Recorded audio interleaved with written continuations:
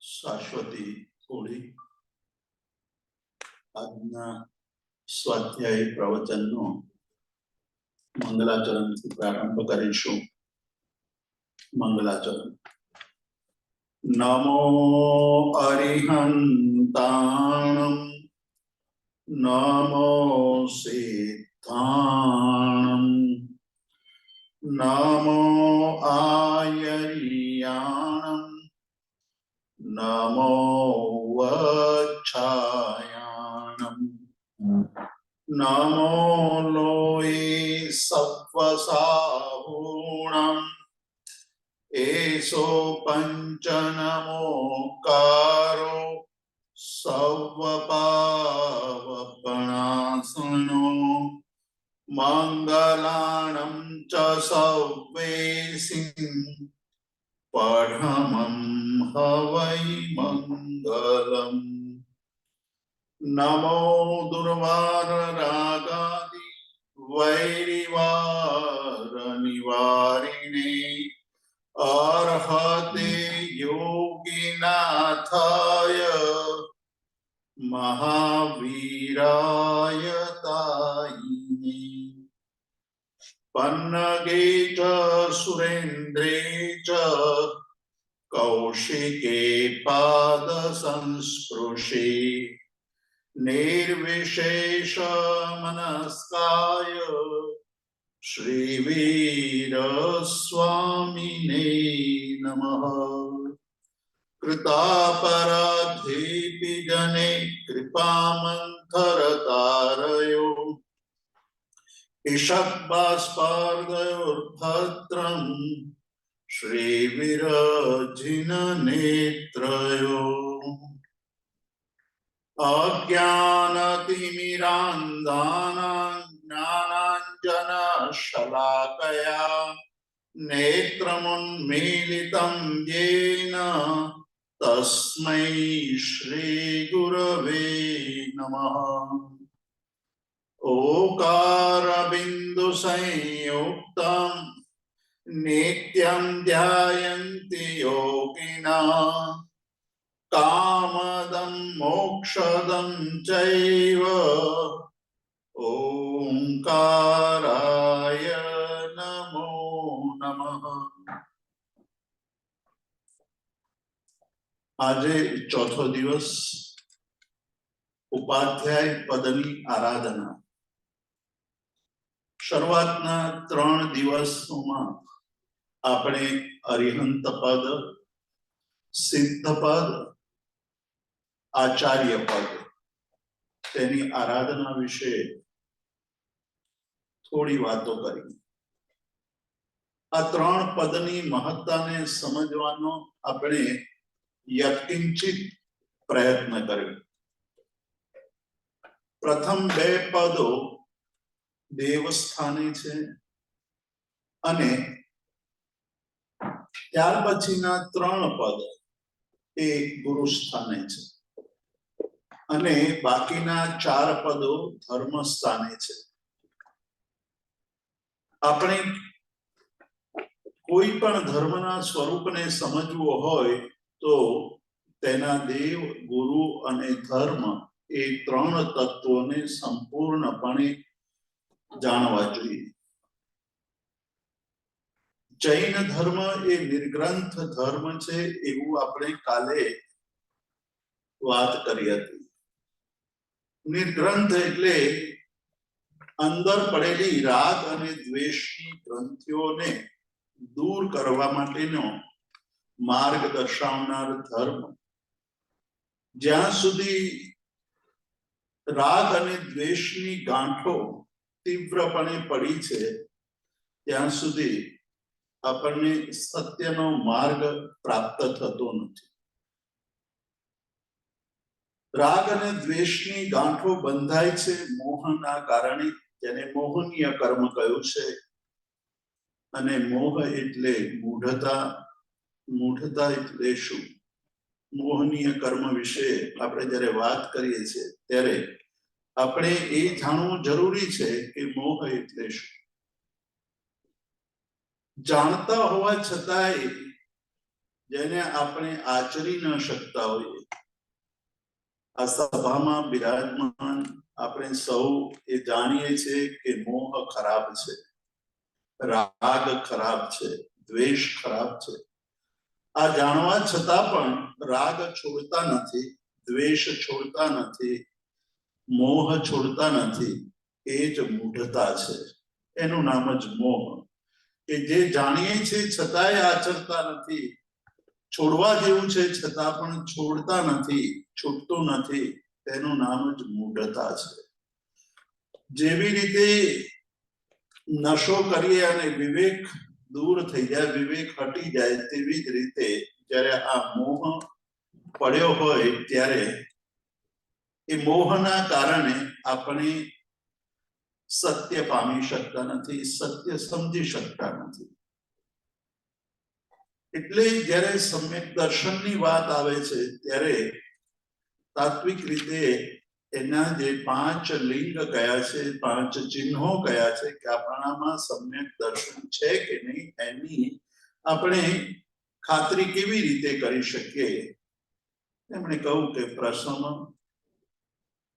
એટલે સમ, સંવેગ, નિર્વેદ, અનુકંપા અને આસ્તિક્ય. આ 5 વસ્તુ હોય તો સમ્યક દર્શન છે એવું આપણે કહી શકીએ.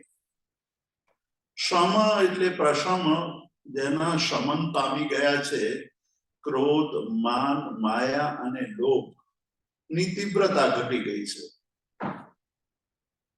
ક્રોધ, માન, માયા, લોભ એની તીવ્રતા બહુ વિશેષ રૂપે આપણી અંદર પડેલી છે. કોઈક વાર કોઈક કરશાય એટલે કોઈક વાર ક્રોધ પ્રબળ હોય, કોઈક વાર માન પ્રબળ હોય, કોઈક વાર માયા પ્રબળ હોય, કોઈક વાર લોભ પ્રબળ હોય. એ પ્રબળતાને ઘટાડવી, એનું જે બળ છે એ બળને ઘટાડવું એ સમ્યક દર્શનની પ્રાપ્તિની પહેલી શરત છે. સૌથી પહેલી શરત કે આપણી અંદર પડેલા આ ક્રોધ, માન, માયા અને લોભ. ક્રોધ ગુસ્સો છે, માન અહંકાર છે, માયા કપટ છે, લોભ ભેગું કરવાની વૃત્તિ.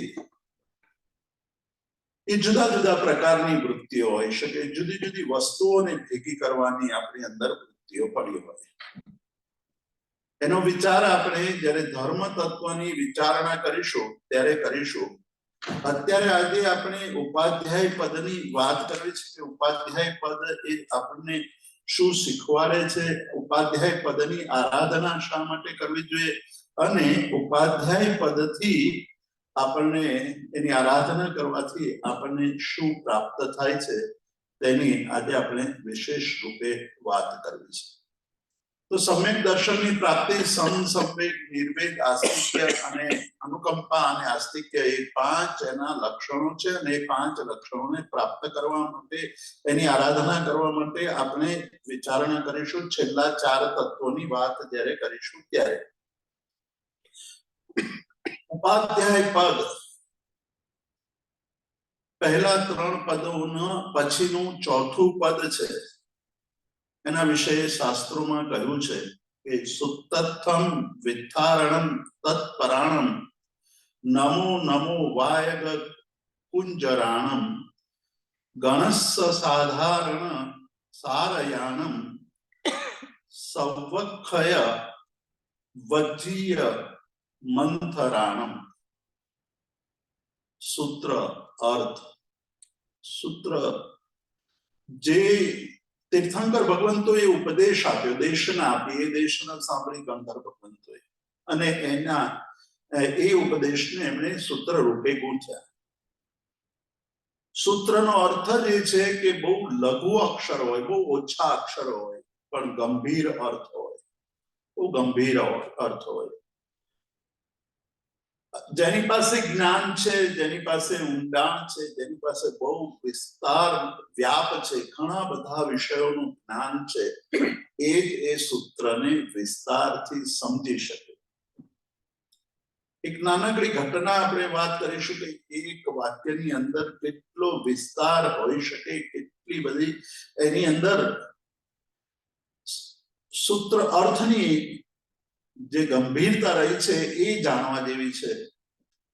સૂત્ર તો એક નાનકડું છે કે ધમ્મો મંગલ મુકિઠમ અહિંસા સંજમો તવો દેવા વિત્તમ નમમ સંતિ જસ ધમ્મે સયામણો. 10 વૈકાલિક સૂત્રનો આ પહેલી ગાથા છે. સ્વયંભવ સૂર્યે પોતાના પુત્ર સંસારી પુત્રને દીક્ષા આપી છે અને દીક્ષાનું લીધા પછી સ્વયંભવ સૂર્ય તો જ્ઞાની હતા, એમને ખબર છે કે આ મારો પુત્ર બહુ લાંબુ જીવવાનો નથી અને સમગ્ર આગમ ભણી શકે એટલો સમય પણ નથી. એટલે માનવનો સ્વભાવ પણ છે કે બહુ જ ઇન્સ્ટન્ટ વસ્તુ ઈચ્છે છે, બહુ ઝડપથી ઈચ્છે છે અને બહુ અલ્પમાં ઘણું બધું મેળવવાની અપેક્ષા રાખે છે. પ્રતિક્રમણ મોટું હોય તો આપણે એને નાનું કરવાનો વિચાર કરતા હોઈએ છીએ, સૂત્રો મોટા હોય તો એને ટૂંકા કરવાનો વિચાર કરતા હોઈએ છીએ. આપણને ક્યારેય કોઈ એમ કે નમો હરિહંતાણમ નમો સિદ્ધાણમ એ 9 પદનો સાર છે, એ 9 જે પદ છે, નવકાર મંત્ર છે, એ ઓમકારમાં આવી જાય છે. આપણને ઓમકારની સાધના કરવાનું મન થાય છે, આપણે આખો નવકાર બોલવાનું ટાળીએ છીએ. એટલે કે સંક્ષિપ્ત રુચિ છીએ આપણે. તો આ જે એક સૂત્ર છે, એક ગાથા છે, એ એક ગાથાના શાસ્ત્રકારોએ 100 અર્થ કર્યા છે. એક જ ગાથાની અંદર એટલું બધું ભરેલું છે કે જેનું જ્ઞાન, જેની અંદરની શક્તિ છે, જ્ઞાનની શક્તિ છે, એવા લોકો આનો વિસ્તાર કરી શકે. આ ઉપાધ્યાય ભગવંતો પાસે જબરજસ્ત જ્ઞાનની શક્તિ છે. એઓ સૂત્રનો અર્થ જાણે છે, સૂત્ર જાણે છે, એનો અર્થ જાણે છે. સૂત્ર અને અર્થ જાણવા માત્રથી પણ નથી ચાલતું. સૂત્ર અર્થ જાણ્યા પછી એ સૂત્ર અને અર્થની સાથે સાથે એ સૂત્રાર્થ શું કહે છે,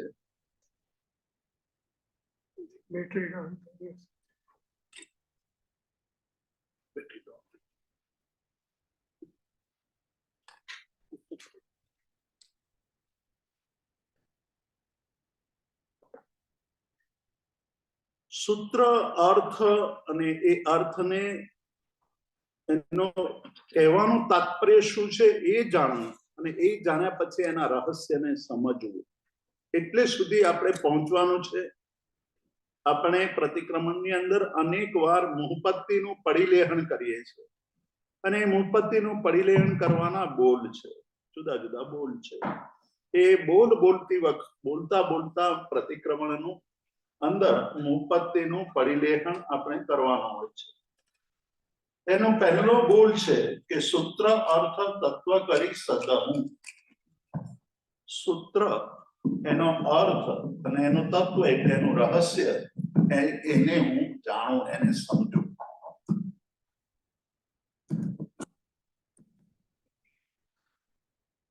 આપણને એ સંસ્કાર આપવામાં આવે છે કે જ્યારે પણ આપણે સૂત્ર બોલીએ ત્યારે સૂત્રના અર્થને પણ ધારણ કરવું.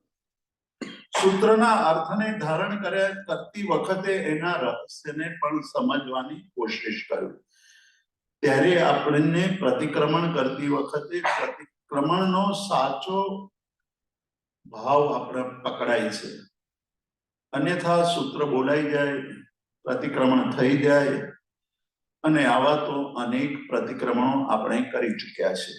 પણ એનાથી જે આંતરિક પરિવર્તન આવવું જોઈએ, અંદરથી પરિવર્તન આવવું જોઈએ, તે આપણે લાવી શકતા નથી, કારણ કે આપણે માત્ર શબ્દો બોલી દઈએ છીએ, શબ્દોના અર્થને, શબ્દોના રહસ્યને આપણે જાણતા નથી. એટલે શાસ્ત્રકારો એક વાત કહે છે કે તું તો પાઠક પદ મન ધાર. પાઠક આપણે ઉપાધ્યાય પદ છે, એ ઉપાધ્યાય પદના જુદા જુદા સમયની અંદર શબ્દો વપરાતા હતા. આગમ કાળની અંદર ઉપાધ્યાયની સાથે સાથે વાચક શબ્દનો પણ પ્રયોગ થતો હતો. એટલે વાચક પદવી એટલે પણ ઉપાધ્યાય પદવી, પાઠક પદવી એટલે પણ ઉપાધ્યાય પદવી. એટલે આપણે જ્યારે ઉમા સ્વાતિ મહારાજની વાત કરીએ છીએ ત્યારે બોલીએ છીએ કે વાચક વર્ય ઉમા સ્વાતિજી મહારાજ. વાચકોમાં શ્રેષ્ઠ એટલે કે ઉપાધ્યાયોમાં શ્રેષ્ઠ એવા જો કોઈ મુનિ હોય તો તે ઉમા સ્વાતિજી છે અથવા ઉમા સ્વામીજી છે. તો એ જમાનાની અંદર પહેલી સદીની આસપાસના સમયની અંદર વાચક શબ્દનો પ્રયોગ વધુ થતો હતો. આગમિક કાળની અંદર ઉપાધ્યાય શબ્દનો પ્રયોગ થતો હતો અને પાઠક શબ્દનો પણ પ્રયોગ ઉપાધ્યાય પદ માટે થાય છે. એટલે ક્યારેક આપણે પાઠક બોલીએ ત્યારે પણ ઉપાધ્યાય પદ જ લેવાનું છે, જ્યારે આપણે વાચક બોલીએ ત્યારે પણ ઉપાધ્યાય પદ લેવાનું છે. આ પાઠક, વાચક, ઉપાધ્યાય એનો અર્થ થાય છે કે જે સૂત્ર, એના અર્થ, એનું રહસ્ય આ જાણે છે અને બીજાને જણાવે છે, એટલે કે ભણાવે છે. પાઠક એટલે ભણાવનાર, ઉપાધ્યાય એટલે ભણાવનાર, પોતે ભણેલા છે અને બીજાને ભણાવે. વાચક એટલે વાચના આપનાર, જે પોતે આગમોના રહસ્યને જાણે છે અને બીજાને જે જણાવે છે તે વાચક કહેવાય. તો આવા પદને ધારણ કરેલા જે મહાત્માઓ છે એ મહાત્માઓની ભક્તિ કરવાની, પૂજા કરવાની, એમને નમસ્કાર કરવાની અને એમને આરાધના કરવાની અહીંયા વાત કરેલી છે. કે આ વાચકો એટલે કે આ જે ઉપાધ્યાયો છે એ પોતાની જ્ઞાન સાધનાની અંદર જ લીન રહે છે, સતત જ્ઞાન સાધના કરતા હોય છે અને એ જ્ઞાન સાધનાની દ્વારા એટલે કે જ્ઞાન રૂપી સમુદ્રનું વલોણી કરીને એમાંથી જે મંથન કરીને જે અમૃત પ્રાપ્ત થાય છે તે અમૃત જગતના જીવોના કલ્યાણ માટે આપણી સમક્ષ મૂકે છે. આગમો અત્યંત ગંભીર છે, આપણને ન સમજાય એવા ઘણા બધા આગમો છે અને એને સરળતાથી આપણને સમજાવવા માટે જે બીજા ગ્રંથો લખ્યા, જેના ઉપર એમણે વિવેચનો લખ્યા, એ આ ઉપાધ્યાય મહારાજો છે અને એના દ્વારા આપણે આગમોના રહસ્યને સમજી શકીએ છીએ. એટલે આચાર્ય ભગવંતો પછી આ ઉપાધ્યાય ભગવંતોનો આપણા ઉપર બહુ મોટો ઉપકાર છે. ઉપાધ્યાય ભગવંતો માટે કહ્યું છે કે માર્ગદેશક, આ માર્ગની દેશના આપે છે. માર્ગ એટલે મોક્ષ માર્ગ, માર્ગ એટલે વિતરાગ પરમાત્માનો માર્ગ, માર્ગ એટલે નિર્ગ્રંથ ધર્મનો માર્ગ. માર્ગ એટલે ખાલી માર્ગ નથી, માર્ગ એ રત્નત્રયનો માર્ગ છે કે સમ્યક દર્શન, સમ્યક જ્ઞાન અને સમ્યક ચારિત્ર. એની આરાધના કેવી રીતે કરવી અને એ આરાધના કરીને આપણે કર્મોની નિર્જરા કેવી રીતે કરી શકીએ, એના ઉપદેશક તરીકે આ ઉપાધ્યાય છે. અવિનાશીપણું, એમણે જે જ્ઞાન પ્રાપ્ત કર્યું છે એ જ્ઞાન સતત એની અંદર રમમાણ હોય એટલે જ્ઞાન ચાલ્યું જતું નથી. આપણે અતિચાર બોલીએ છીએ 14ના દિવસે, એમાં જ્ઞાનાચાર એટલે જ્ઞાનાવર્ણીય કર્મના અતિચારો બોલીએ છીએ. એક અતિચારની અંદર બોલીએ છીએ કે આપણે ભણેલું ભૂલી જઈએ છીએ. ભણેલું ભૂલી જઈએ છીએ એનું કારણ એ છે કે આપણે વારંવાર એનો પાઠ કરતા નથી, વારંવાર એનું રટણ કરતા નથી. ભણેલું ભૂલવાથી પણ જ્ઞાનાવર્ણીય કર્મનો બંધ થાય છે. એટલે જેટલું ભણીએ આપણે એટલું એનું પુનરાવર્તન કરતા રહેવું છે અને પુનરાવર્તન કરવાથી આપણું જે જ્ઞાન છે એ અવિનાશી એટલે નાશ ન પામે એવું આ ઉપાધ્યાય ભગવંતો જે ભણ્યા છે એ ભણ્યાનો પૂરેપૂરો અંદર રમમાણ રહે છે એટલે એમનું જ્ઞાન અવિનાશી છે. આચાર એમનો ઉત્તમ કોટીનો છે, એમનો વિનય અદ્ભુત છે.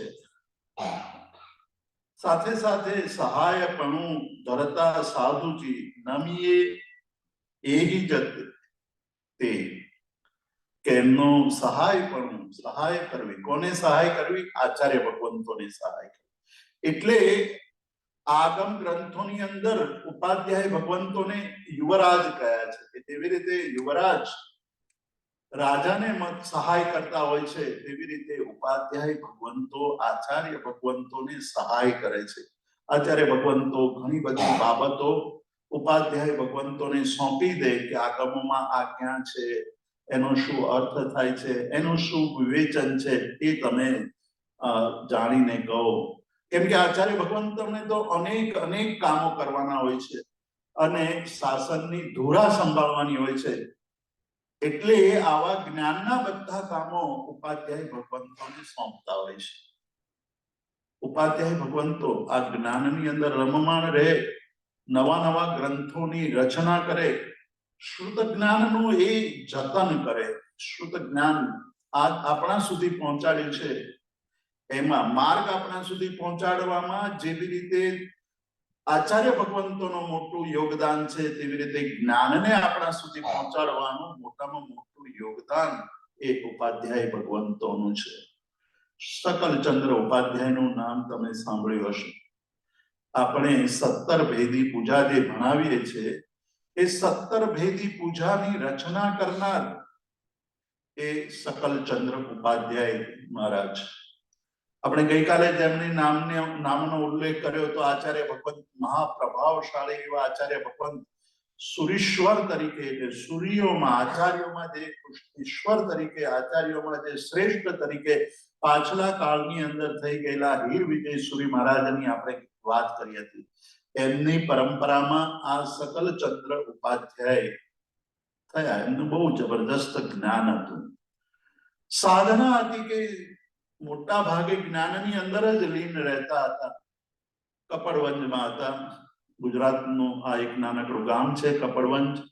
એ કપડવંજ અમદાવાદથી બરોડા જતા નાનકડું એ શહેર હવે તો મોટું થઈ ગયું છે. એ કપડવંજની અંદર એ બિરાજમાન હતા. ઉપાશ્રયની બાજુમાં જ કુંભારનું ઘર હતું અને કુંભારના ત્યાં જે ગધેડાઓ હોય એ વારા ઘડીએ ભૂખ્યા કરે. શકલચંદ્ર ઉપાધ્યાય ફરિયા બની.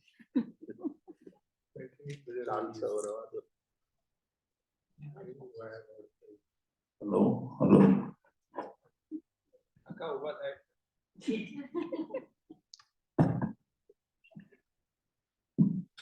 ટપ્પી મારે કરવી પડે.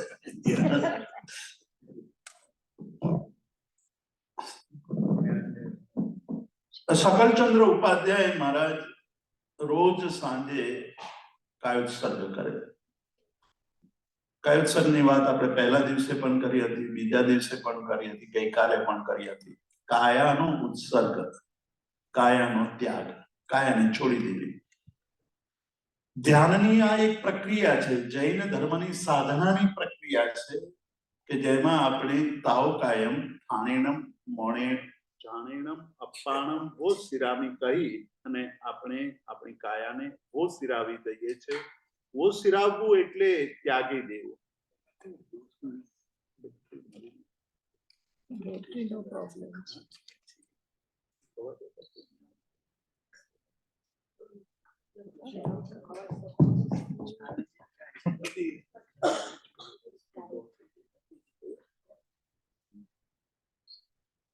તો એક દિવસ સાંજના કર્મક્ષય નિમિત્તે આપણે બોલીએ છીએ અતિચારમાં કે કર્મક્ષય નિમિત્તે લોકસ 10 વિષયનો કાવસક ન કરે.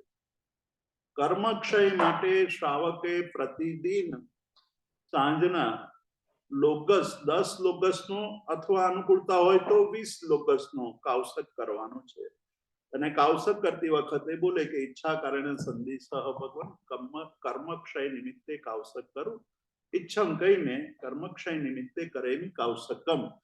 મારા દિવસ દરમિયાન જે કાર્યો થયા એનાથી જે કર્મો બંધાયા છે તે કર્મનો ક્ષય કરવા માટે હું કાયોત્સર્ગ કરવા માંગુ છું. અને કાયોત્સર્ગની પ્રતિજ્ઞા લેતી વખતે આપણે બોલીએ છીએ કે તાવ કાયમ ઠાણેનમ મોણેનમ જાણેનમ અપ્પાણમ વો સિરામી. મેં જે સંકલ્પ કર્યો છે તે સંકલ્પ પૂરો ન થાય ત્યાં સુધી હું મારી કાયાને ઓસિરાવી દઉં છું, વાણીને ઓસિરાવી દઉં છું, મનને ધ્યાનની અંદર સ્થિર કરી દઉં છું. કાયાને ઓસિરાવી દેવી એટલે કે કાયાનો ત્યાગ કરવો, પણ જીવતા જીવ આપણે કાયાનો ત્યાગ કરી શકતા નથી. એટલે શાસ્ત્રકારોએ આનો વિસ્તાર કર્યો, આપણને સમજાવ્યું કે કાયાનો ત્યાગ એટલે કાયાની મમતાનો ત્યાગ. આપણને સૌથી વધુ મમત્વ કોઈ હોય તો આપણને આપણા સ્વજનોનું મમત્વ નથી, આપણી વસ્તુઓનું મમત્વ નથી. સૌથી વધુ મમત્વ આપણને આપણા દેહનું છે. જ્યાં સુધી દેહ પ્રત્યેનું મમત્વ ઘટે નહીં ત્યાં સુધી આપણી આરાધના સઘન ન બને, આપણી આરાધના ઊંડી ન થાય. એટલે જૈન ધર્મએ કહ્યું કે સૌથી પહેલું કાયાના મમત્વને ઘટાડવાની કોશિશ કરો, અને બીજું કહ્યું કે કાયાને સ્થિર કરતા શીખો. કાયા જેટલી તમે સ્થિર કરશો એટલું જ મન પણ સ્થિર થશે. જેની કાયા ચંચળ હોય એને આપણે જોઈને જ કહી શકીએ કે આના મનની અંદર બધા જાત જાતના વિચારો આવ્યા કરે છે.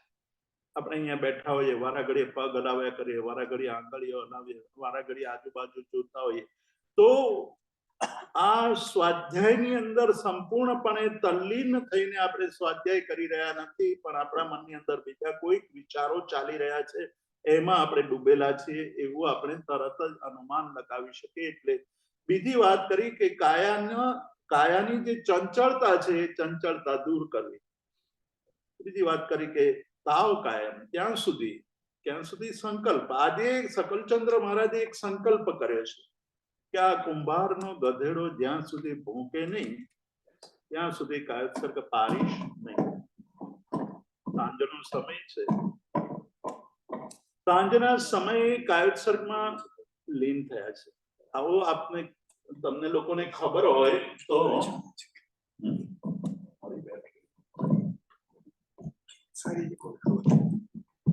સારું, કઈ નહીં, જેટલું થાય એટલું છે. આપણું પણ પુણ્ય હોવું જોઈએ.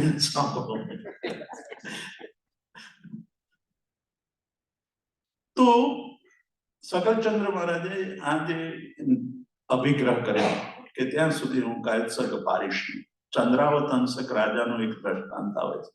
એને પણ એક સંકલ્પ કર્યો હતો કાયોત્સર્ગ કરતી વખતે કે જ્યાં સુધી આ દીવો બુજાશે નહીં ત્યાં સુધી હું કાયોત્સર્ગ પારીશ નહીં. દાસી જાગી ગઈ છે અને વિચાર કરે છે કે રાજાને ખલેલ ન પડે એટલે દીવો બુજાવવા દેવો નથી. જેવો બુજાવવા જાય એવું તરત અંદર તેલ પૂરી દે. આખી રાત દીવો સતત બળતો રહ્યો. પણ સંકલ્પ છે. આપણે જ્યારે કાયોત્સર્ગ કરીએ છીએ ત્યારે થોડો લાંબો કાયોત્સર્ગ થાય, આપણા મુખ્ય જે લીડર હોય એનો કાયોત્સર્ગ પતે પછી આપણે કાયોત્સર્ગ પારતા હોઈએ, એવો એક આપણો વ્યવહાર છે. અને મુખ્ય લીડર જે કાયોત્સર્ગ પારે નહીં તો આપણને એમ લાગે કે ઊંઘી ગયા લાગે છે, એટલે ખોખારો ખાવા માંડી જાય કે એમને આપણે ઈશારો કરી રહ્યા છે કે ભાઈ હવે પૂરું કરો, લાંબુ થઈ રહ્યું છે. કારણ આપણું મન ધ્યાનમાં લીન નથી, આપણું મન દેહમાં લીન છે. દેહ આપણો ચંચળ છે અને આપણું મન ચંચળ થાય છે.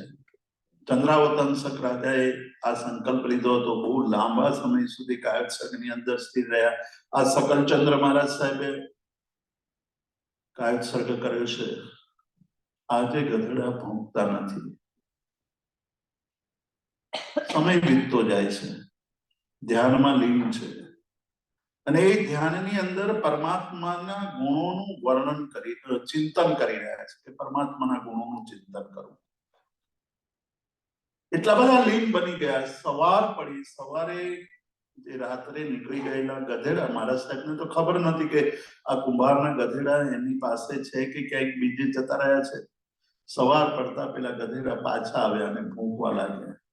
ત્યારે શકલચંદ્ર મહારાજે કાયોત્સર્ગ પાડ્યો. આ રાત્રિ દરમિયાન કાયોત્સર્ગની અંદર જે ચિંતન ચાલ્યું એમાંથી આ 17 ભેદી પૂજા તૈયાર થઈ. આજે 17 ભેદી પૂજા માટે આપણને કહેવામાં આવે છે કે પર્યુષણ પર્વ પત્યા પછી 17 ભેદી પૂજા ભણાવવી જોઈએ. આવો મહિમા છે 17 ભેદી પૂજાનો. એ ક્યારે આવો ઉત્તમ પ્રકારની પૂજાની રચના થાય કે જ્યારે આ ઉત્તમ કોટીની દશા આવી ગઈ હોય અને એ દશાની અંદર ઊંડા ઉતર્યા હોય ત્યારે આવી અદ્ભુત રચનાઓ રચાય છે. અને આપણા ઉપર એમનો બહુ મહત ઉપકાર છે કે પરમાત્માના પૂજન માટે જે ભાવ આપણને પ્રાપ્ત થવા જોઈએ તે ભાવ આપણને પૂજામાંથી પ્રાપ્ત થાય છે.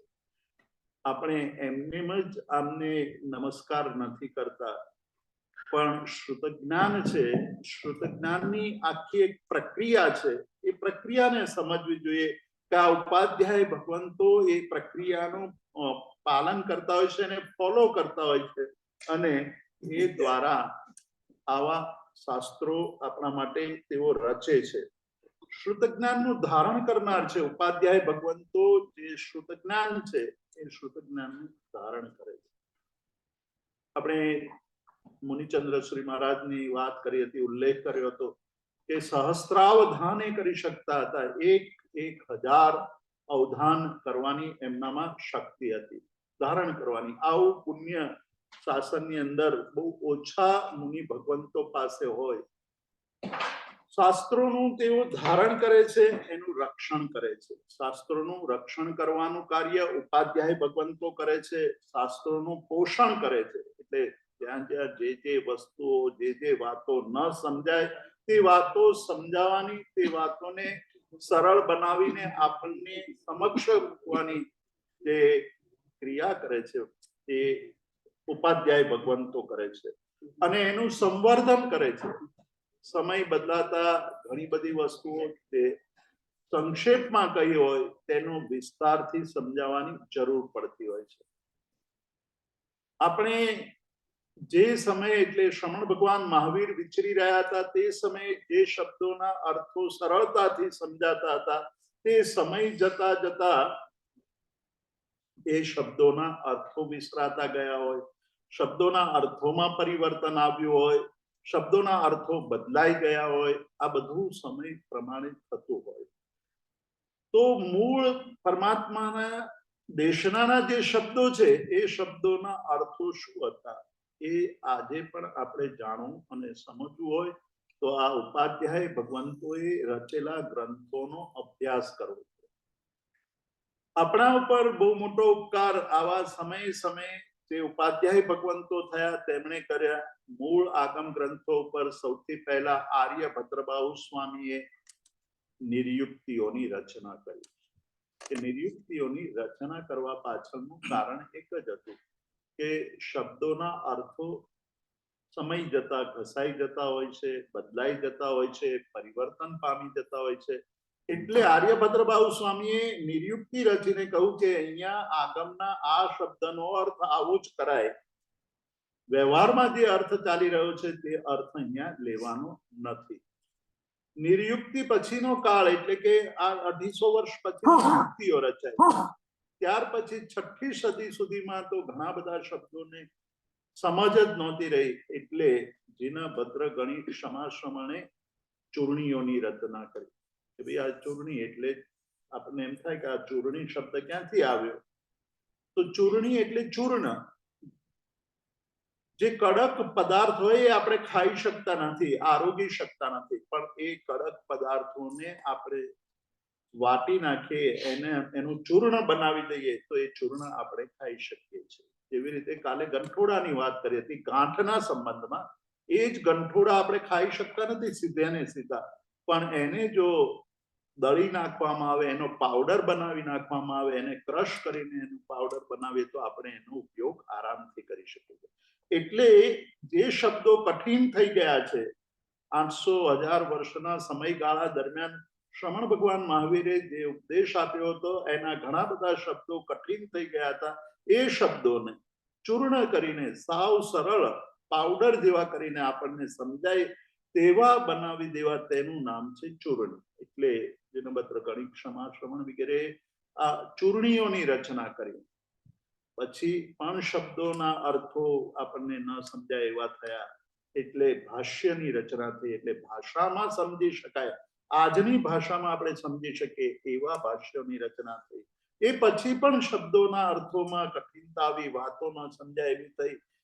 ભાષા થોડી કઠિન લાગવા માંડી, વ્યવહારની અંદર પ્રાકૃત ભાષાનો પ્રયોગ ઓછો થયો, ત્યારે આચાર્ય હરિભદ્ર સુરીથી માંડીને એના સંસ્કૃત ભાષાની અંદર વિવેચનો લખાવાના શરૂ થયા.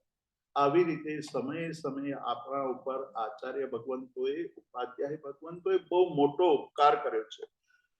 તો એ ઉપકારને કારણે આપણે નમો ઉવજ્જાયાણમ કહીએ છીએ કે હે ઉપાધ્યાય ભગવંતો, આપને નમસ્કાર હો, વારંવાર નમસ્કાર હો કે તમે આ શુદ્ધ જ્ઞાનનો વિનિયોગ કર્યો, શુદ્ધ જ્ઞાન અમારા સુધી પહોંચાડ્યું, સરળતાથી સમજાય એવી રીતે પહોંચાડ્યું, તમે એને ધારણ કરી રાખ્યું છે, તમે એનું રક્ષણ કર્યું છે, એનું પોષણ કર્યું છે અને એનું સંવર્ધન કર્યું છે.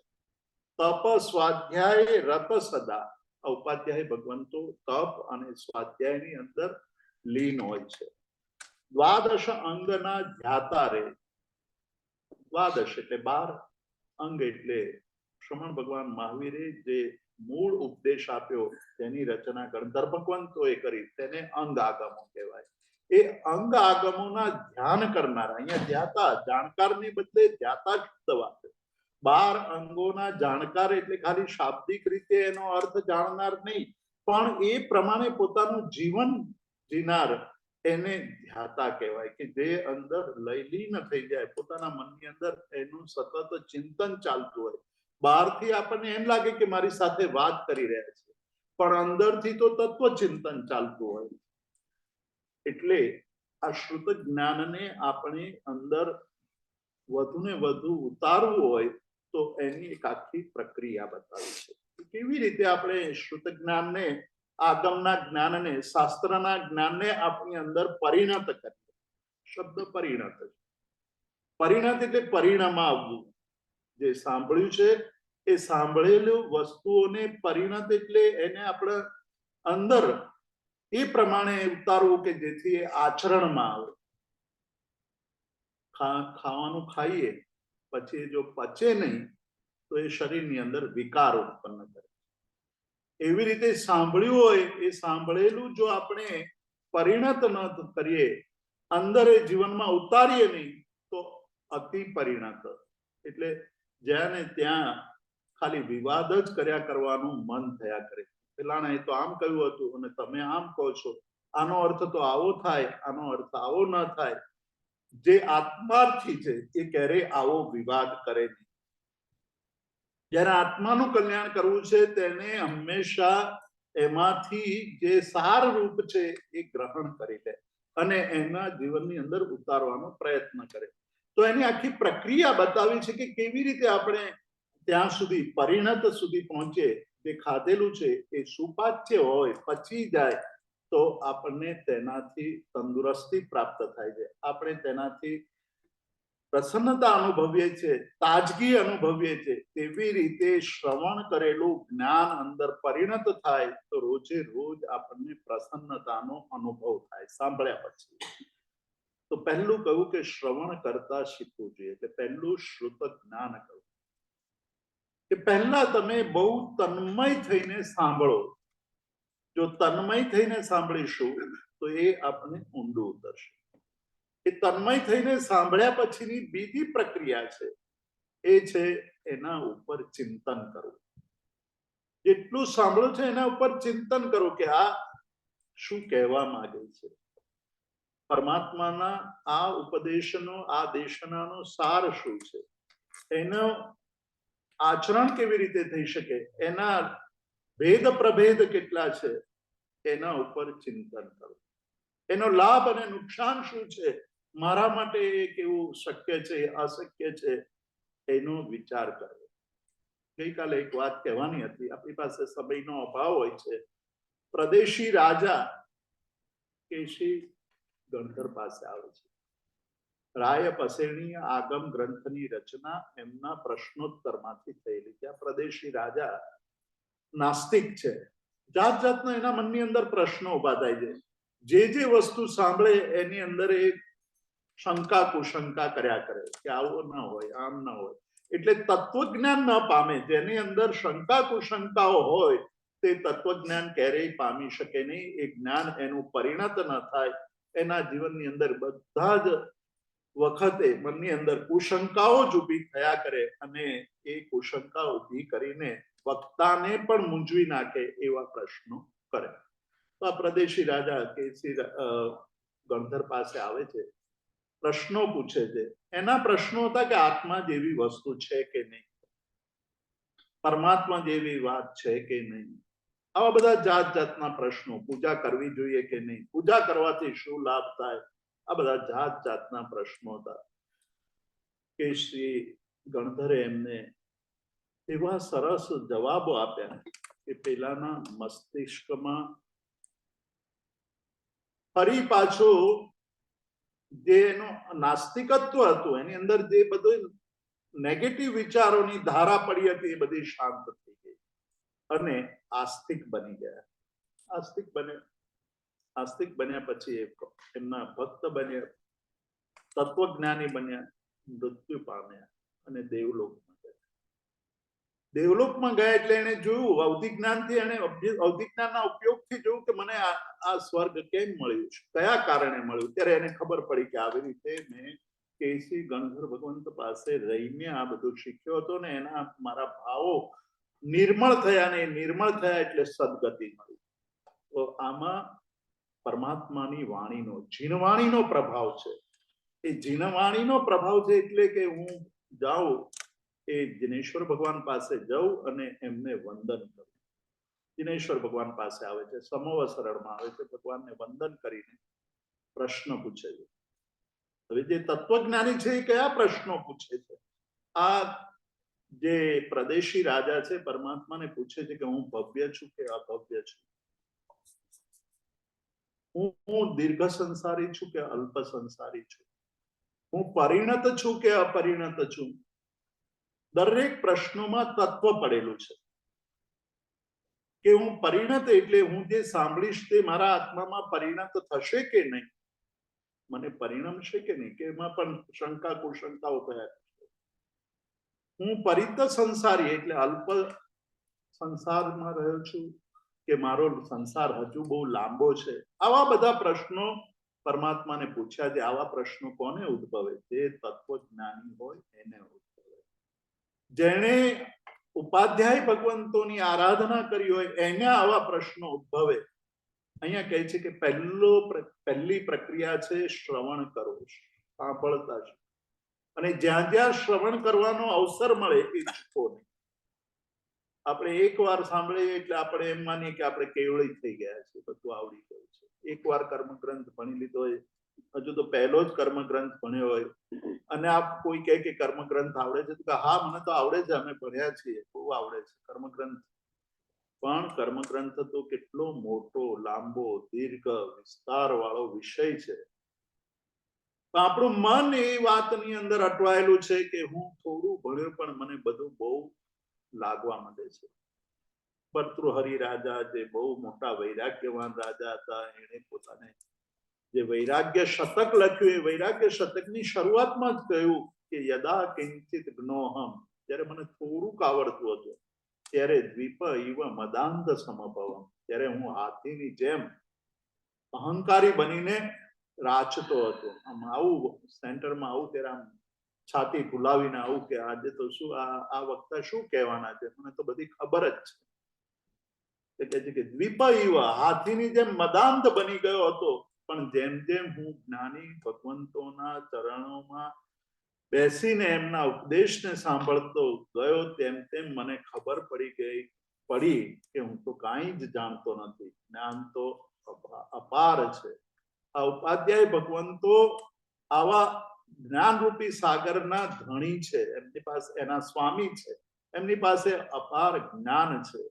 તો સૌથી પહેલું કહ્યું કે શ્રુત, સાંભળવાની કોશિશ કરવી. સાંભળ્યા પછી ચિંતન કરવું, એટલે બીજી પ્રક્રિયા, બીજું સ્ટેપ, જ્ઞાનને પરિણત કરવા માટેનું બીજું સ્ટેપ છે જે સાંભળ્યું છે એના ઉપર ચિંતન કરવું.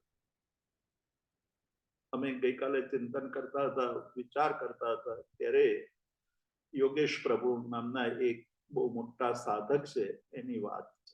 યોગેશ પ્રભુ સાથે હું બેઠો હતો ત્યારે એમને કહ્યું કે જીતુભાઈ, ત્યારે મારી સાધના ચાલી રહી હતી, હરિદ્વારમાં હતો હું, અને મને જાણવા મળ્યું કે ત્યાં એક બહુ મોટા જ્ઞાની સાધુ આવ્યા છે, વૈદિક પરંપરાના હતા પણ બહુ મોટા જ્ઞાની, કે એ જ્ઞાની પાસે મારે કંઈક જાણવું હતું. એટલે હું દોડીને એમની પાસે ગયો અને કહ્યું કે મારે તમારી પાસે જાણવું છે. એટલે પેલા એ કહ્યું સાધુએ કે ભાઈ અત્યારે તમારી પાસે ટાઈમ નથી, તમે સાંજે આવજો. સાંજે મારો આશ્રમ છે અહીંયાથી આટલો દૂર છે. યોગેશ પ્રભુ કહે છે કે મારે જાણવું હતું, મારે સાંભળવું હતું, એની વાણી સાંભળવી હતી, એની વાતો સાંભળવી હતી. એ આશ્રમ એ જ્યાં ઉતર્યા હતા ત્યાંથી 15 કિલોમીટર દૂર હતું. 15 કિલોમીટર ચાલીને હું ત્યાં ગયો, એમની સાથે ચર્ચા કરી અને 15 કિલોમીટર ચાલીને પાછો આવ્યો. આ શ્રવણ કરવાની અંદરથી તમન્ના હોય તો અંતર નથી રહેતું, અંતર હટી જાય છે. આપણી અંદર શ્રવણ કરવાની તમન્ના હોય, આપણે સાંભળવું હોય, શુદ્ધ જ્ઞાન સાંભળવું હોય, પરમાત્માની વાણી સાંભળવી હોય તો અંતર રહેતું નથી. એ પછી એના ઉપર વિચાર કરવાનો છે, એનું નામ છે ચિંતન. ચિંતન કરવું અને ચિંતન કર્યા પછી એમાંથી જે સાર નીકળે એ સારને આપણે આપણી ભાવનાની અંદર એક મેક કરી દેવું. હવે પછી એ વસ્તુ વિસરાય નહીં, એ પ્રમાણે આપણે જીવન જીવવું. એટલે ત્રીજો તબક્કો છે એમને ભાવનાત્મક સ્તરે લઈ આવવું, આપણી અંદર એને પરિણમાવી દેવું. એટલે પાણીની અંદર રંગ નાખે અને પાણીનો રંગ જેવી રીતે બદલાઈ જાય તેવી રીતે આ પરમાત્માની વાણી આપણા મનની અંદર એટલી એક મેક થઈ જાય કે આપણે એના પ્રમાણે જ વિચારવા લાગે, એના પ્રમાણે જીવન જીવવા લાગે. એનો અર્થ છે ભાવનાત્મક જ્ઞાન આપણી અંદર એટલે સુધી ભાવપૂર્વક એ જ્ઞાન પહોંચવું જોઈએ. આપણે વિનય વિજય મહારાજની વાત કરી, આ સકલચંદ્ર ઉપાધ્યાયની વાત કરી. ઉપાધ્યાય ભગવાન તો શાસ્ત્રોના જ્ઞાતા અને શાસ્ત્રોના રચયિતા પણ હોય છે. હીર વિજય સુરી મહારાજના એક ઉપાધ્યાયનું નામ છે ભાનુચંદ્ર ગણી. ગણી શબ્દ પણ ઉપાધ્યાયને પર્યાયવાચી શબ્દ છે. તો જ્યારે અકબર બાદશાહ પાસેથી વિદાય લઈ રહ્યા હતા હીરસુરી મહારાજ અને ગુજરાત તરફ વિહાર કરવા માટે નીકળવાના હતા, ત્યારે અકબર બાદશાહે વિનંતી કરી કે આપના વગર મારું જીવન તો સૂનું સૂનું થઈ જશે, આપ ન જાઓ, આપ અહીંયા રહો, તમારા ગુજરાતના જે કામો છે એ બધા કામો હું પતાવી દઈશ. મારી પાસે બધી જ સામગ્રી છે, સૈન્ય છે, લોકો છે, નોકરો છે, ચાકરો છે, અહીંયા બેઠા બેઠા તમારા ગુજરાતના બધા જ કામો હું કરી આપીશ. હીર વિજયસુરી કહે છે કે સાધુ તો ફરતા ભલા, સાધુ ક્યાંય એક જગ્યાએ રોકાય નહીં. અકબર કહે છે કે પણ તમારા વગર મને ફાવશે નહીં. ત્યારે હીર વિજયસુરી કહે છે કે આ ભાનુચંદ્ર ઉપાધ્યાયને હું તમારી પાસે મૂકી જઉં છું, એ તમને દરેક પ્રસંગોએ માર્ગદર્શન આપશે. એમનું જ્ઞાન જબરજસ્ત છે, એમની સાધના ઘણી ઊંચી છે, તમને મારો અભાવ ચાલશે નહીં, એનો અભાવ નહીં લાગે. આ ભાનુચંદ્ર મહારાજે, ઉપાધ્યાય ભાનુચંદ્રએ જોયું, ગુરુ મહારાજ વિહાર કરીને ગુજરાત તરફ ચાલ્યા ગયા છે. ગુજરાતથી આ ભાનુચંદ્ર મહારાજને સમાચાર મળ્યા કે પાલીતાણાની જાત્રા કરવી હોય તો વેરો ભરવો પડે છે. અકબર બાદશાહને વેરો પહોંચતો હતો, એટલે ટેક્સ ભરવો પડે. જેટલા જણ જાત્રા કરવા જાય એ દરેક જાત્રા કરનારે ટેક્સ ભરવો પડે. એને મુંડકા વેરો કહેવાય. દરેક મુંડ એટલે દરેક મસ્તક, જેટલા લોકો જાય એને એ ટેક્સ, એ કર ભરવો પડે. આ ભાનુચંદ્ર મહારાજે વિચાર કર્યો કે પરમાત્માની ભક્તિ કરવી હોય અને ટેક્સ ભરવો પડે એ તો કેવું કહેવાય. અને આ ટેક્સ ભરવાના કારણે કેટલાય ભક્તો પરમાત્માની ભક્તિથી વંચિત રહી જાય છે. અંદર ભાવ છે ભક્તિ કરવાનો, પણ ટેક્સ જોઈને એ અટકી જાય છે. એટલે અકબર બાદશાહ પાસે ગયા અને અકબર બાદશાહને કહ્યું કે આ તમે ખોટું કરી રહ્યા છો. આમ તો અકબર બાદશાહ એટલે કોઈની વાત સાંભળે નહીં, એના મનની અંદર આવે એ જ કરે. પણ આ ભાનુચંદ્ર ઉપાધ્યાય મહારાજે એમની પાસે જઈને એમને પોતાની મનની વાત રજૂ કરી કે આ જે કરી રહ્યા છો એ બરાબર નથી. તમને મળીને કેટલો ટેક્સ મળશે? 1000, 2000, 5000 લોકો જાત્રા કરે, તમે એના ઉપર ટેક્સ લો અને તમારું રાજ્યનું ભંડાર તો ભરપૂર છે, રત્નો અને સુવર્ણથી ભરેલો છે, અને તમે આ સામાન્ય લોકો પાસેથી કર ઉપજાવો. ઓવર ધ યર એ બહુ મોટી રકમ બની જાય, પણ એક માણસ પાસેથી ટેક્સની વસૂલાત કરો એ ઉચિત નથી. અને આ ભાનુચંદ્ર મહારાજે એ વખતે મુંડકા વેરો રદ કરાવરાય.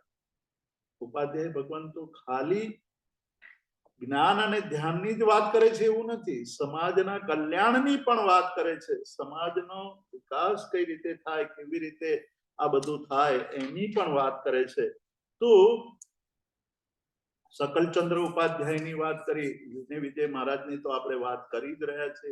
વિનય વિજય મહારાજ પણ બહુ પ્રખર જ્ઞાની હતા. ઉપાધ્યાય ભગવંત છે, ઉપાધ્યાય પદવી મળી છે.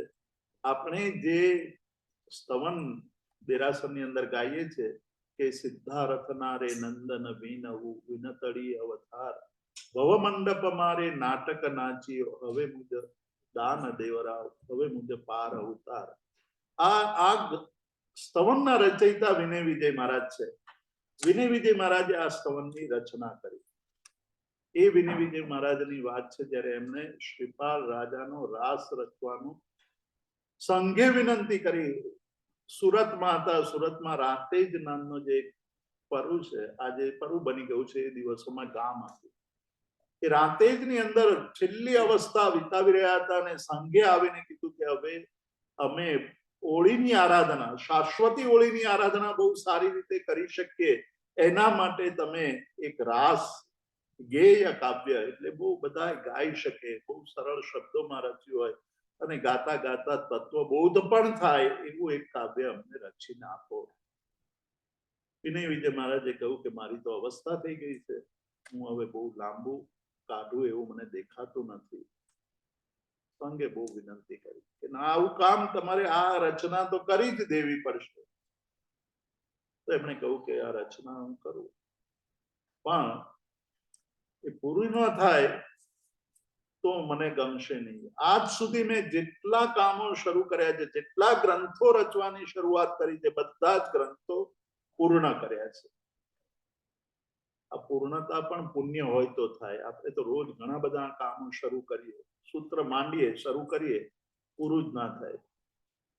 આપણે વંદિતું મોઢે કરવું હોય તો આખી જિંદગી વીતી જાય, પણ આપણે કહીએ કે વંદિતું યાદ જ નથી થતું, કારણ કે આપણે એટલા તન્મય નથી થતા, વંદિતા સૂત્રને સમજી અને યાદ રાખવાની કોશિશ નથી કરતા.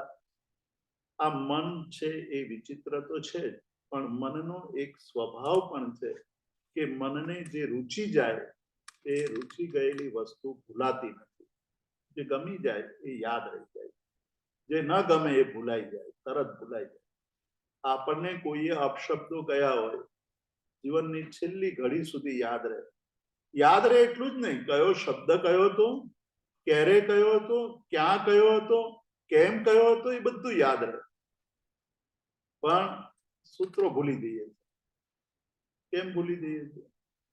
પરમાત્મા પ્રત્યેનો અનુરાગ હજુ એટલો દ્રઢ બન્યો. જેટલો પરમાત્મા પ્રત્યેનો અનુરાગ વધતો જાય, જેટલે આપણને એ વાણી જેવી રીતે આપણે પરમાત્માની ભક્તિ કરીએ છીએ, એટલું જ મહત્વ જ્યારે આપણને પરમાત્માની વાણીનું સમજાવવા માંડે, એ ભાવ સુધી આપણે પહોંચીએ કે જેવી રીતે પાણી વગર જીવન નથી, તેવી રીતે વાણી વગર પણ જીવન ન હોઈ શકે. પરમાત્માની વાણી ન સાંભળું તો જીવન મારું ભોગ છે. એટલો ભાવ જ્યારે આપણા મનની અંદર સ્થિર થાય ત્યારે આપણે ભૂલવાનું ભૂલી જઈએ, એટલે સૂત્ર ભૂલવાનું બંધ થઈ જાય અને સૂત્રો યાદ રહેવા માંડે. ઘણા બધા લોકો જે બહુ મોટી ઉંમરે સૂત્રો મોઢે કરી લે છે અને સડસડાટ બોલી શકે, ભૂલ વગર બોલી શકે. એનું એક જ કારણ છે કે હવે એમને સમજાવવા લાગ્યું છે કે આ વાણીમાં કંઈક એવું તાકાત છે, આ વાણી એ છે કે જે મારા કર્મનો ક્ષય કરી શકે. વિનય વિજય મહારાજ કહે છે કે આજ સુધી મેં જેટલા ગ્રંથો રચ્યા છે એ બધા જ ગ્રંથો પૂરા કર્યા છે, અને કોઈ અધૂરો ગ્રંથ છોડીને જઉં તો આ શાસનની અંદર દરેક વખત અને દરેક સમયે એવું કહેવાશે કે આ મારા સાહેબે તો અધૂરો ગ્રંથ છોડીને ગયા, એમને પૂરો ન કરી શક્યા, અને પૂરો ન કરી શકવાના હતા તો પછી રચવાની શરૂઆત શા માટે કરી? એમણે બહુ મોટો ઉપકાર કર્યો છે. એમણે કલ્પસૂત્રની ટીકા લખી, સુબોધિકા નામની, જે આજે કલ્પસૂત્ર એટલે પર્યુષણની અંદર એ જ ટીકાનું વાંચન થાય છે. એમણે પુણ્ય પ્રકાશ સ્તવનની રચના કરી કે જ્યારે અંતિમ આરાધના કરવાની હોય, આપણી અંતિમ આરાધના એટલે જે જીવનના અંત સમયે આપણે સમાધિ પૂર્વક જીવનથી એક્ઝિટ પામીએ, એટલે કે આપણે બહુ જ ક્ષમતાપૂર્વક જીવન છોડીએ, આ જીવનમાંથી આપણે વિદાય લઈએ, એ બહુ મોટી ઘટના છે કે મૃત્યુ વખતે આપણે સમાધિ પૂર્વક મૃત્યુ પામીએ. પણ આ સમાધિ એમને નથી આવી જતી. આ સમાધિ એમ બોલીએ લોકસૂત્રની અંદર અને સમાધિ મળી જાય એવું ક્યારેય બનતું નથી. જીવન પણ એવું હોવું જોઈએ. જો જીવન સારું જીવાતું હોય તો સમાધિ પણ પ્રાપ્ત થાય, અને સમાધિ મળે તો સમજવાનું કે કોઈને પણ સમાધિ મળી હોય તો સમજવાનું કે એનું જીવન પણ ઉચ્ચ કોટીનું હતું. બાકી તો જીવનમાં આ દેહને છોડતા આપણને પરસેવો છૂટી જાય અને આખું જગત એમ કહેતું હોય કે આ છૂટે તો સારું, હવે એમના દુઃખો જોવાતા નથી. કારણ આપણને જ આપણા દેહ પ્રત્યે, આપણને જ આપણી વસ્તુઓ પ્રત્યે, આપણને જ આપણી રાસ રચેલું જે કઈ છે એના પ્રત્યે એટલો તીવ્ર લગાવ હોય છે, એટલે છોડવું બહુ અઘરું થઈ જાય છે. છેલ્લી ઘડી સુધી આ ભોગવવાનું રહી ગયું, આ ભોગવવાનું રહી ગયું એવું જ લાગ્યા કરે. એટલા માટે કાયોત્સર્ગની સાધના પ્રતિદિન કરવાની કહી કે કાયોત્સર્ગ કરતા કરતા આપણે એ સ્થિતિએ પહોંચે છે કે આપણું એક્ઝિટ બહુ સરળતાથી થઈ જાય. આપણે છેલ્લી ઘડીએ અશાતા ના અનુભવીએ, છેલ્લી ઘડીએ આપણને તકલીફ ના પડે અને આમ સરળતાથી આપણું જીવન પૂર્ણ થાય. આવી સમાધિ પૂર્વકનું મૃત્યુ પ્રાપ્ત થાય એના માટે પ્રતિદિન આ અંતિમ આરાધનાની સાધના કરવાની. એ અંતિમ આરાધનાનું સ્તવન એમણે આપણને આપ્યું, એ પુણ્ય પ્રકાશનું સ્તવન છે.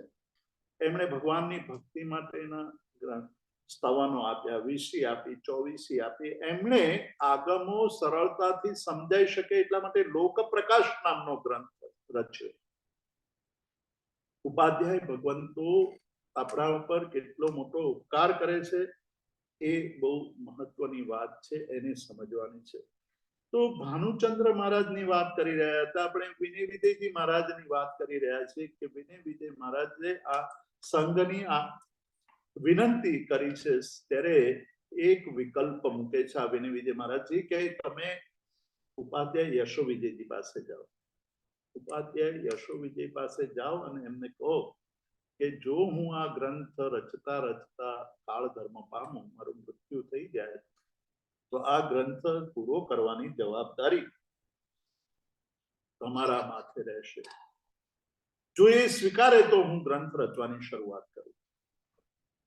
ઉપાધ્યાય યશો વિજયજી એમના સહપાઠી હતા, સાથીદાર હતા, ઘણી બધી જગ્યાએ સાથે રહ્યા હતા. એ પણ વિનય વિજય મહારાજના જ્ઞાનથી પરિચિત હતા. એમણે કહ્યું કે જો વિનય વિજયજી મહારાજ આવું ઈચ્છતા હોય તો હું ચોક્કસ એ ગ્રંથ પૂર્ણ કરીશ. અને વિનય વિજય મહારાજે એ ગ્રંથ રચવાની શરૂઆત કરી.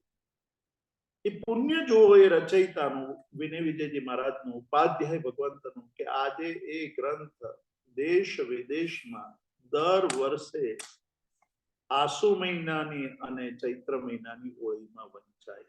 એ ગ્રંથનું કેટલું જબરદસ્ત પુણ્ય, કારણ કે એની પાછળનો ભાવ એટલો બધો હતો અને ભાવની સાથે સાથે કથા દ્વારા તત્વનું પીરસવામાં આવ્યું છે. 750 ગાથા રચી વિનય વિજયજી મહારાજે અને કાળ ધર્મ પ્રાપ્ત. બાકીનો ગ્રંથ યશો વિજયજી મહારાજે રચ્યો. આ ગ્રંથના રચયિતા ઉપાધ્યાય ભગવંતોએ આવું અદ્ભુત કાર્ય કર્યું છે. સરસ્વતીના મહાસાધક છે ઉપાધ્યાય યશો વિજયજી. બહુ નાની ઉંમરે દીક્ષા લીધી છે. દીક્ષા પણ એમના એક નિમિત્તે થઈ. એ મહાપુરુષો કેવી રીતે બને છે અને મહાપુરુષોના ઉપકાર આપણા ઉપર કેટલા બધા છે એને આપણે સમજવાનું છે કે એમના ઉપકારોથી આ શાસન ખરેખર મહાન બન્યું છે. એમના ઉપકારોથી આપણે આ તત્વને પામી રહ્યા છીએ. આજે એમણે જે એટલી સાધના કરી અને જે શાસ્ત્રો રચ્યા એનાથી આપણે સરળતાથી સમજી શકીએ છીએ. કનોડું નામનું ગામ છે મહેસાણા પાસે. એ ગામમાં આ સૌભાગ્ય દેવી નામની એક બહેન છે. ચોમાસું આવ્યા છે, નઈ વિજય કરીને એક મહારાજ છે. આ બહેન રોજ સવારે દેરાસર દર્શન કરીને પછી વંદન કરવા આવે. મારા સાહેબે એક બાધા આપી કે તમે ભક્તામર સાંભળ્યા પછી પારણું કરજો, પાણી પીવાનું રાખજો. પેલા બેન કે મને તો આવડતું નથી ભક્તામર.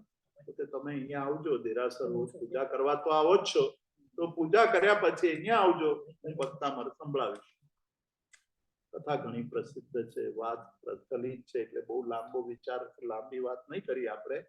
પણ એ સમયે જ્યારે વરસાદ પડ્યો, થોડા દિવસો સુધી કોઈ આવી ન શકે એવી સ્થિતિ થઈ, ત્યારે મારા સાહેબને ચિંતા થઈ કે પેલા બેનનું શું થતું હશે, એને પારણું થયું હશે કે નહીં.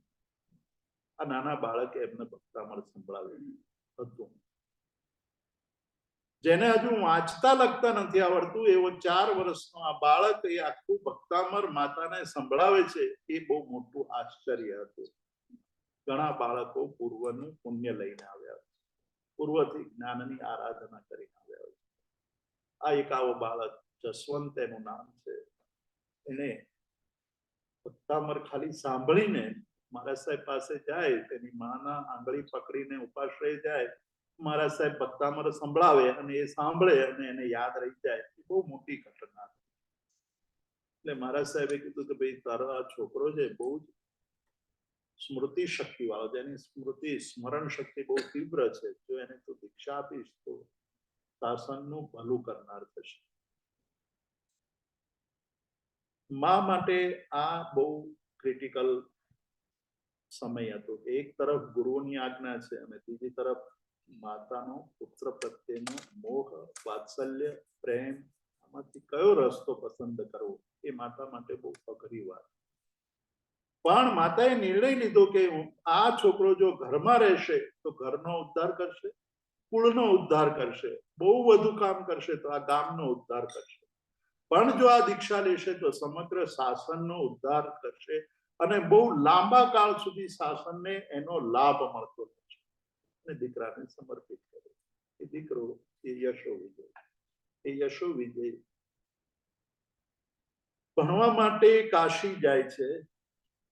ઘણી બધી લાંબી વાત છે, આપણી પાસે એટલો સમય નથી એટલે ટૂંકાણમાં બતાવે છે. કાશી જાય છે. કાશીમાં ભણવા માટે જ્યારે ગયા ત્યારે એમણે જોયું કે ભણવાનું તો અપાર છે, બહુ બધું, ઘણું બધું ભણવાનું છે. ટાઈમ ઘણો ઓછો છે. ગુજરાતથી બિહાર કરીને અમે અહીંયા આવ્યા છીએ. થોડા સમયમાં ઘણું બધું ભણવું છે, તો દૈવી સહાય વગર આ થઈ શકે છે. એટલે ગંગા નદીના કિનારે બેસીને એમણે સરસ્વતી દેવીની સાધના શરૂ કરી.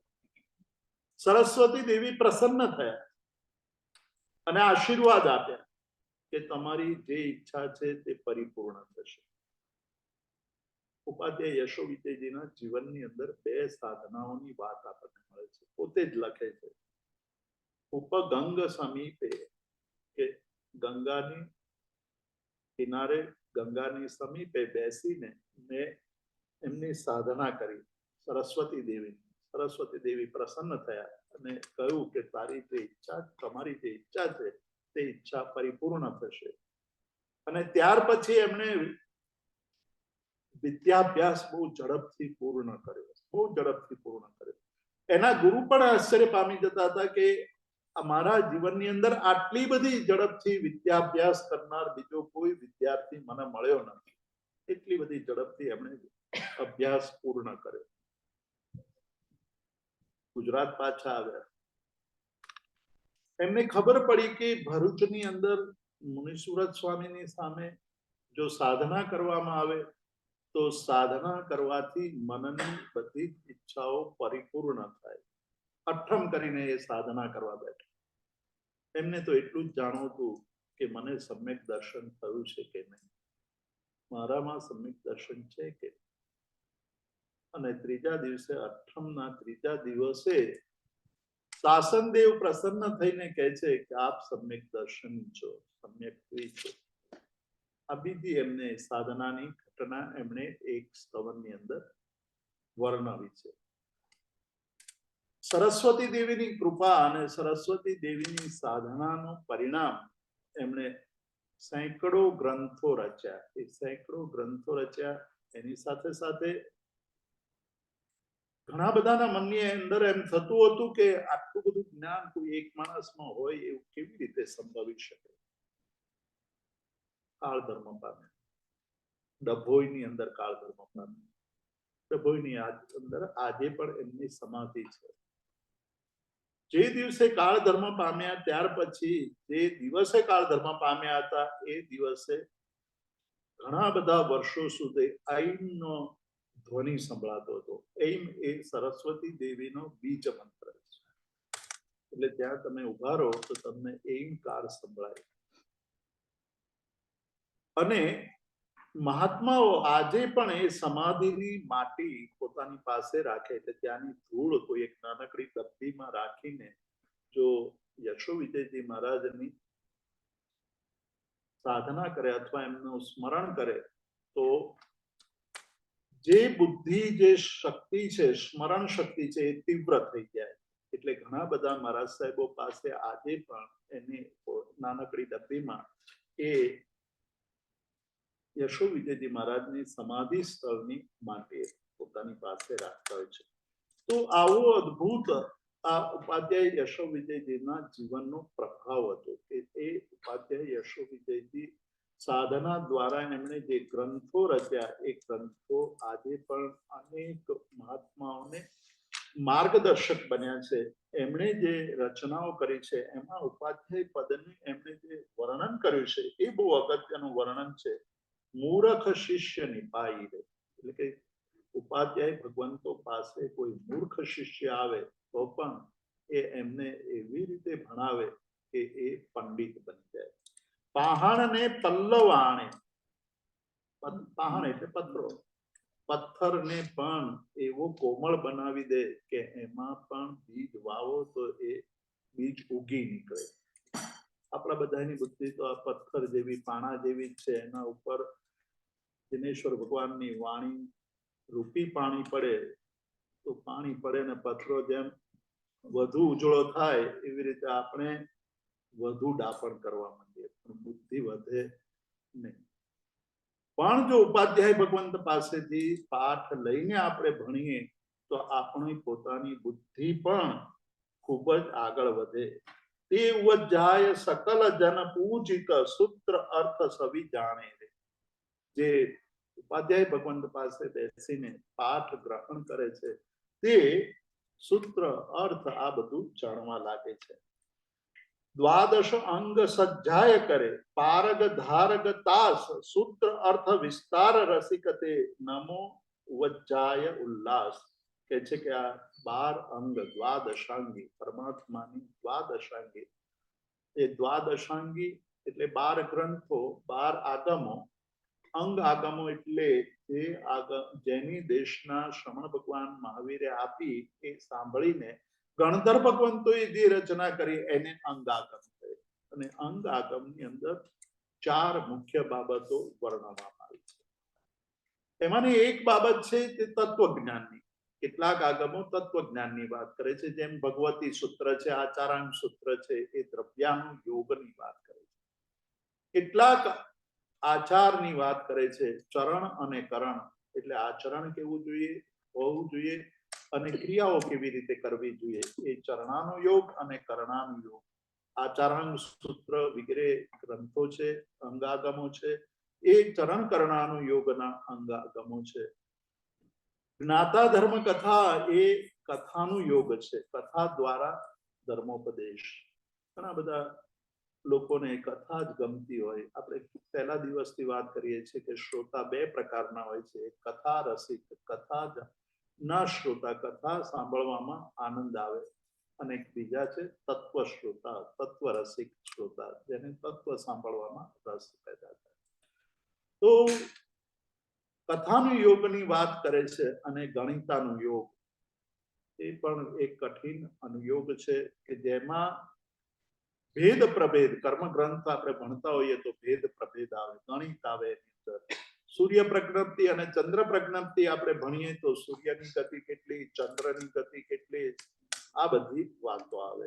તો આ જે ઉપાધ્યાય ભગવંતો છે એ ચારે ચાર અનુયોગના જ્ઞાતા, ચારે ચાર અનુયોગના પ્રખર જ્ઞાની, અને સાથે સાથે એમની પાસે એ શક્તિ છે કે તે બીજાને પણ બહુ સારી રીતે સમજાવી શકે. એટલે કહે છે કે બાવના ચંદન રસ સમય પણ અહિત તાપ સવી બળે રે.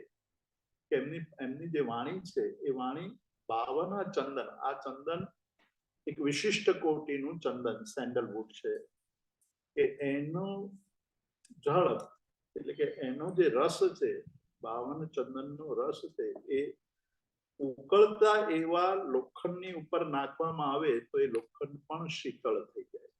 એટલે આપણો જે કષાયોથી ખદબદતો એવો જીવ જો તે ઉપાધ્યાય ભગવંતની વાણી સાંભળે, ઉપાધ્યાય ભગવંતની દેશના સાંભળે તો એ ખદબદતા ઉકળતા એવા આત્માનું પણ શમન થાય. તે ઉજ્જાય નમીએ વળી જીન શાસનને અજવાળે. આવા ઉપાધ્યાય ભગવંતો જીન શાસનને ઉજવાળે છે, એવા ઉપાધ્યાય ભગવંતોને હું નમસ્કાર કરું છું. ઉપાધ્યાય ભગવંતો હંમેશા સ્વાધ્યાયની અંદર મગ્ન હોય છે, સૂત્ર અર્થનું દાન આપવામાં પ્રવીણ હોય છે, સૂત્રાર્થની વિચારણા નિરંતર કરતા હોય છે. એમની વાણી સાંભળીને આપણી અંદર વૈરાગ્યની પરિણતિ થાય છે. ભાનુચંદ્ર ગણીની વાત કરી એવા જ એક બીજા ઉપાધ્યાય ભગવંત કે જેમણે એક ગ્રંથ રચ્યો, નાનકડો ગ્રંથ છે, ઋષભદેવ ભગવાનને સ્તુતિ રૂપે લખેલો છે, આત્મનિંદા 32.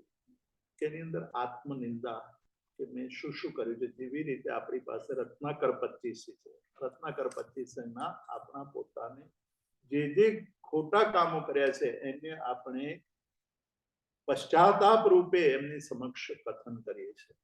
અને આ જે ઉપાધ્યાય ભગવંતે ઋષભદેવ ભગવાનની સ્તુતિ કરતા જે વાત કરી છે, એક બાળક મા બાપ પાસે બેસીને બહુ વિનમ્ર ભાવે પોતાની ભૂલોને કબૂલે તેવી રીતે આ સ્તવનની અંદર પોતાની ભૂલોની કબૂલાત કરી છે. આત્મકલ્યાણ માટે આપણને આપણા પોતાના દોષો દેખાવા જોઈએ. જ્યાં સુધી આપણને આપણા દોષો, પોતાના દોષો આપણે જાતે ના જોઈ શકે ત્યાં સુધી કલ્યાણ થઈ શકે નહીં. જગતને જાહેર કરવાના નથી, પણ આપણને પોતાને આપણા પોતાના દોષો દેખાવા માંડે તો એ દોષો દૂર કરવાનો આપણે પ્રયત્ન કરીએ. પણ જ્યાં સુધી દોષ જ રૂપે ન દેખાય, જ્યાં સુધી આપણે આપણા દોષોને દોષ રૂપે જોતા ન શકીએ, ત્યાં સુધી આત્મકલ્યાણના માર્ગે આગળ વધી શકીએ નહીં. એટલે તપ કરવા દ્વારા, ઉપાધ્યાય ભગવંતની આરાધના કરવા દ્વારા આપણે ઉપાધ્યાય ભગવંતોને એક જ વિનંતી કરવાની છે કે અમારા જીવનની અંદર પણ જેવી રીતે આપે જ્ઞાનની સાધના કરી છે, આપે જ્ઞાનની સાધના કરીને જે પ્રાપ્ત કર્યું છે, શું પ્રાપ્ત કર્યું છે? વૈરાગ્યની પરિણતિ. ઉચ્ચ કોટીનો વૈરાગ્ય એમનો છે.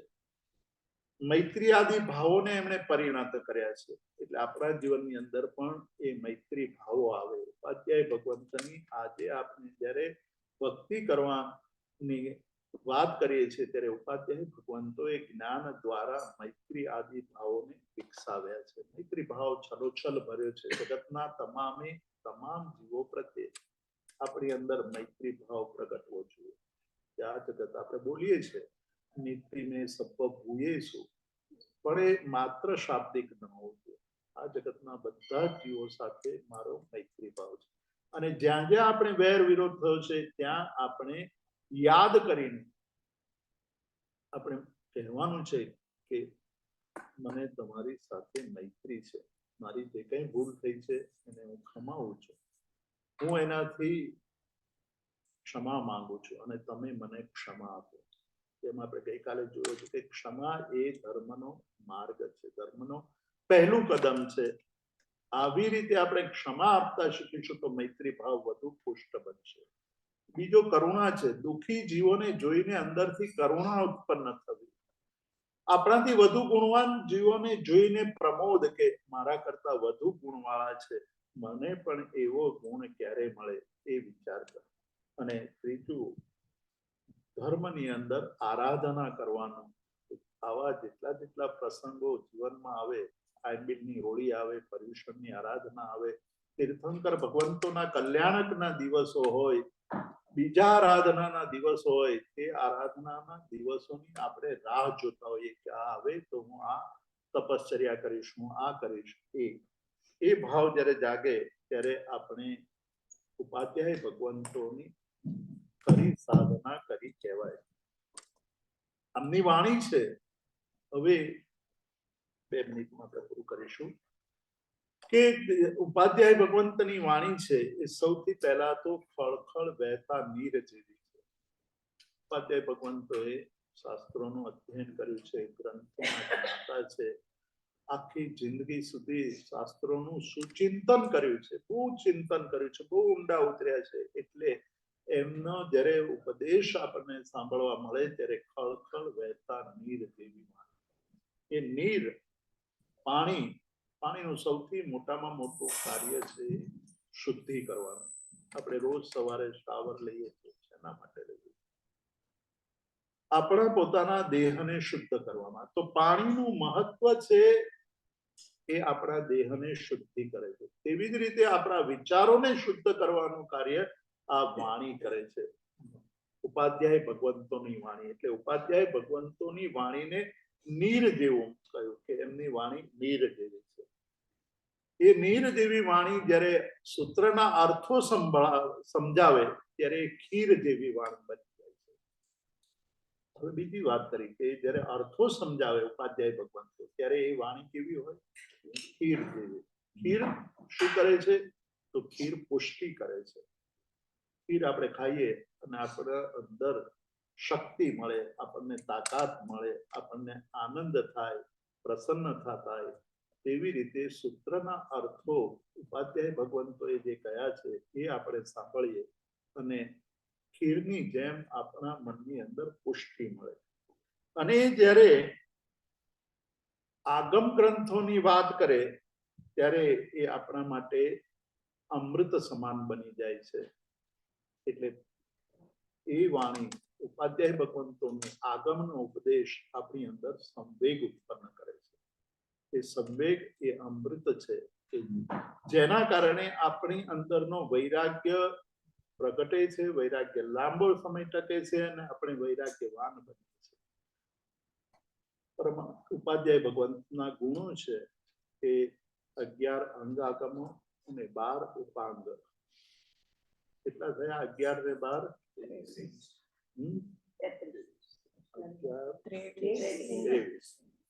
અને 2 સૂત્રો બીજા અનુયોગ દ્વાર અને નંદી સૂત્ર.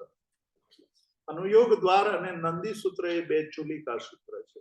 જેમને પણ આગમ ભણવા હોય એમને નંદી સૂત્ર અને અનુયોગ દ્વાર સૂત્ર પહેલા ભણવું પડે. ઘણી બધી વાર હું વાત કરું છું. અહીંયા રાજેન્દ્રભાઈ છે, પલ્લાન્ડોમાં એક શ્રાવક હતા ચંદ્રકાંતભાઈ. એને મનની અંદર સંકલ્પ કર્યો હતો કે સ્થાનકવાસી હતા એટલે 32 આગમ કે આ જીવનની અંદર મારે 32 આગમો ભણવા છે. એ પછી મારે આ સંસારમાંથી જવું છે. પહેલા મૃત્યુ ન થાય એવી હું કોશિશ કરીશ.